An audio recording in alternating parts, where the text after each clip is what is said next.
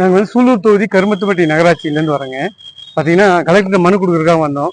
எதுக்குன்னா இப்போ வந்திருக்க புதிய சிஎம் வந்து தமிழ்நாடு ஃபுல்லாக இருக்க மதுபான கடையில ஒரு 713 கடை எடுத்திருக்காருன்னு சொல்லியிருக்காரு. அதான் 500 மீட்டருக்கு உள்ள இருக்க கடைகளே எடுத்திருக்கேன்னு சொல்லியிருக்காரு. ஆனால் நம்ம மனு கொடுத்துருக்க இடம் பார்த்தீங்கன்னா அந்த மதுபான கடைக்கும் ஸ்கூலுக்கும் வந்து ஒரு 500 மீட்டருக்குள்ளதாங்க இருக்கும். அதே மாதிரி பள்ளிவாசல் இருக்காங்க, ஒரு மசூதி இருக்கு, அது பார்த்தீங்கன்னா 100 மீட்டருக்குள்ளதான் இருக்கு. விநாயகர் கோயில் ஒன்று இருக்குங்க, 3 இருக்கு. இப்ப 500 மீட்டருக்குள்ள இருக்க கடைகள்லாம் எடுக்கிறேன்னு சொல்லியிருக்காரு சிஎம். இதே எடுத்தா அந்த குழந்தைங்களுக்கு பெண்களுக்கெல்லாம் கொஞ்சம் சேஃப்டியா இருக்கும்.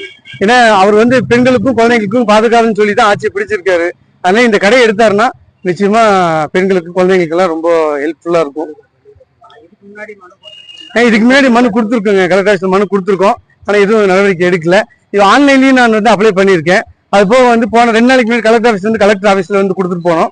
இனி குறைந்த தீர்ப்பு நாளுன்ற காட்டி இங்க கொண்டு வந்து கொடுக்கலாம்னு சொல்லி வந்திருக்காங்க. என் பேர் அப்பாஸுங்க. பொதுமக்கள் தாங்க, இது அமைப்பு எல்லாம் கிடையாது. இது வந்து பொதுமக்கள், ஊர் பொதுமக்கள் பாத்தீங்கன்னா ஒரு 500 பேர் கையெழுத்து போட்டிருக்காங்க. பொதுமக்கள் தான் இதெல்லாமே. போன் நம்பரும் கையெழுத்து எல்லாமே இருக்குது உங்களுக்கு.